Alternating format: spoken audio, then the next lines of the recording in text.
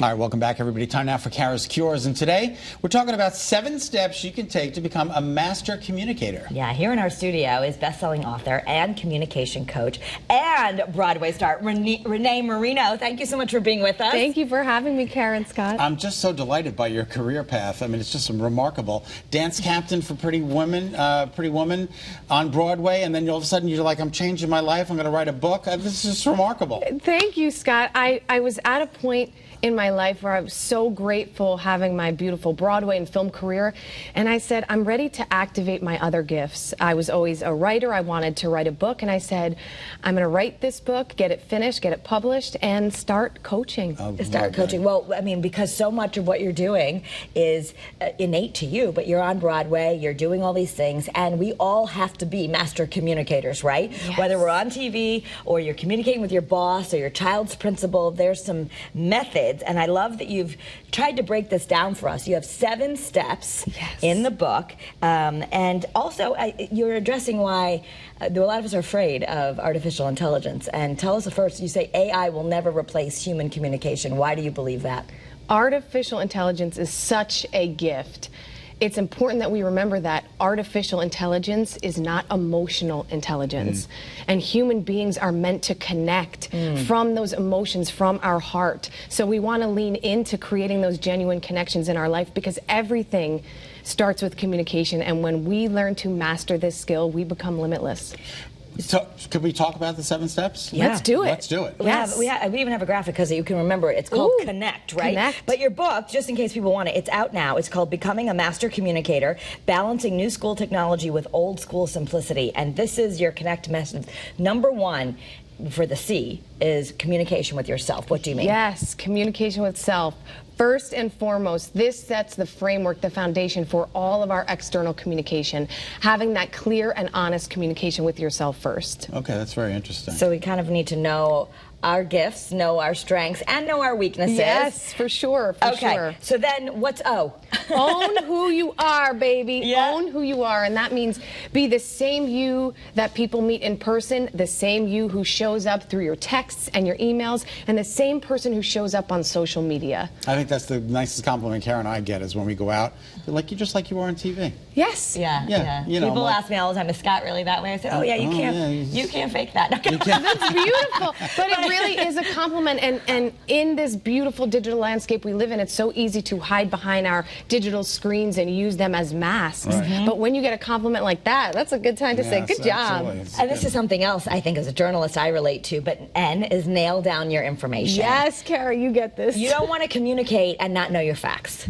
1000%. And that holds true for any business. You want to make sure that you have that information gathered about the person or people that you're going to speak to, so you find those connection points to share with them. Right, because it's not all about just speaking if you're going out there. I mean, we have to make that heart connection.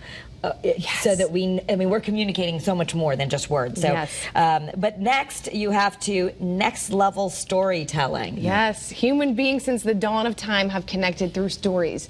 So share your story. Let people know about who you are, what you do, and why you do what you do, because that is what connects us and brings us together. I think that's really interesting. All right, energize through movement. This one's my favorite. This is the being a dance captain. My entire life, yes. Research shows a direct connection between movement and improved cognitive performance. Yes. So if we want to go into our meetings and our interviews or conversations with our friends and be focused and have our nervous systems be calm, we got to move our bodies first, because it changes that stale energy into fuel. That's why they strap the people's arms down on the $100,000 pyramid, so they can't communicate the word to the contestant. Yes.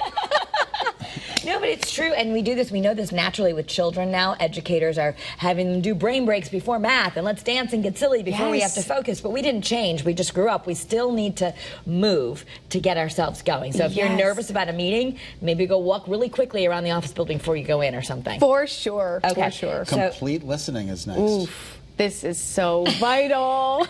We talk about this a lot. There are times where I say something and he repeats exactly. I'm like, Clearly, we weren't doing complete listening. Clearly, I was on to the next question. I don't know what was happening. It happens to all of us, and especially with our digital devices, it's so easy to be distracted, and we're thinking about, oh, that text message, ooh, notification just went off. But when we listen in a complete way, it's a two-way gift.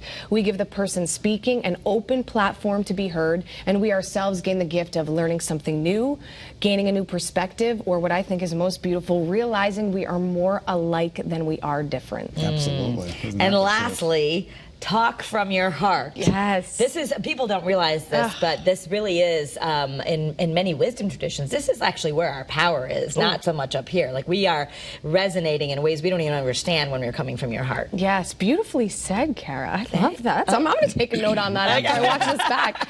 Yes, talk from the heart. Understand that it's not about perfection. It's about connection. And when we realize that the parts of ourselves that we often want to hide the most are the ones that connect us with others the most, it gives us permission to share those vulnerable sides. And it lets other people know that 4 of the most powerful words I believe the human spirit can hear and understand is that you are not alone. And when we talk from the heart, we let others know that. There's a great song by Nancy Lamott. It's called Listen to Your Heart. Listen to Your Heart. Listen. How do you know? So many people don't know that song. Yes, But she's on Broadway. I sang it with a wedding band years ago. Oh my God, I love that High song. five, Scott, yeah.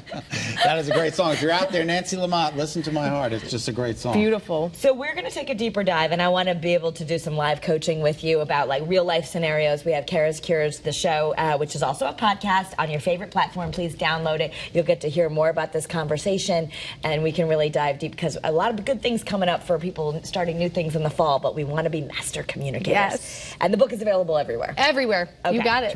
Renee, thank you so much. Thank you so much for having Pleasure. me. Don't go Yeah. anywhere. Stay with us.